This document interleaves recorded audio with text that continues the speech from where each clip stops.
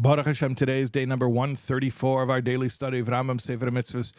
And in the 3 chapters a day of Mishnah Torah, we're in Hilchos Meiser, chapters 10, 11, and 12. And there are 14 chapters of Hilchos Meiser. So we're going to be doing it again tomorrow, and then we'll finish those halachas, God willing. Okay, so we've been learning this mitzvah for a few days already. I think this is the 4th day in a row we're learning the same mitzvah. Here, let me intro it. Positive Commandment 127, the first tithe, Meiser Rishon. We give it to a Levi. We spoke about it yesterday, what to do if you have Demai, where you don't know if it was given or not. I want to share with you something interesting about Demai. And this is in today's Rambam, if you're learning 3 chapters a day of Mishnah Torah, specifically in chapter 12. I think I mentioned today's chapters 10, 11, and 12. So in the beginning of chapter 12, it says something very interesting. Let's say it's Shabbos. Let's say this scenario takes place on Shabbos. And you procure fruits from someone who is generally not reputable. Someone we call an Am Ha'aretz, an ignoramus, is the loose translation. It literally means a person of the land. So the Rambam says, Haloikech peris mimisha eine nemon ala maisreis. A person buys fruit from someone who's not reliable to take his own tithes. V'shochach la'asron. And then he forgot, meaning the purchaser forgot to remove his own meiser, to fix it. It's called fixing the demai.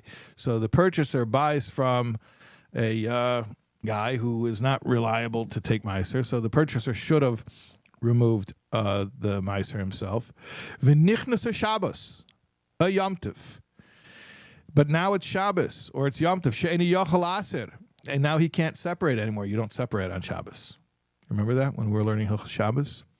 Harezeh shoyolei. What's the solution? Go ask him. Go ask him. Meaning the guy who sold you the fruit. V'im amar lai musarin hein. If he tells you, yeah, meiser was taken. Oichel al piv b'Shabbos. You can eat that fruit according to his word, the word of his mouth, on Shabbos. V'chein im amar lai echad she'ein neman musarin hein oichel al piv b'eisa Shabbos. Also, if another person who you don't rely upon tells you that fruit was already tithed, you could eat that fruit on Shabbos. You can rely on this person's word. Even if you, the purchaser, have other fruits available to you from the same species. It's not like this is the only fruit you have of this species and you're forced to eat this. No, maybe you have others. You could still, even if you have others, you could rely on the word of this normally unreliable person and eat that fruit that you got from him. Why can you rely on him? He's unreliable. Because remember, when does this situation occur? It occurs on Shabbos. And it explains, Shabbos al amei ha'aretz. Because the awe of Shabbos is upon the ignorant, unlettered folks. Ve'ina everba aveda. They wouldn't sin.